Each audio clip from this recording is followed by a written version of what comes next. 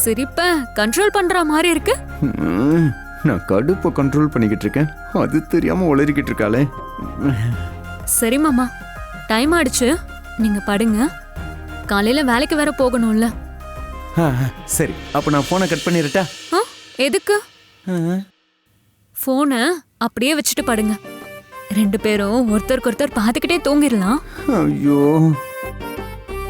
கூச்சப்படாதீங்க மாமா, நான் உங்க மாமா பொண்ணு தானே, நான் யாரோ கிடையாது.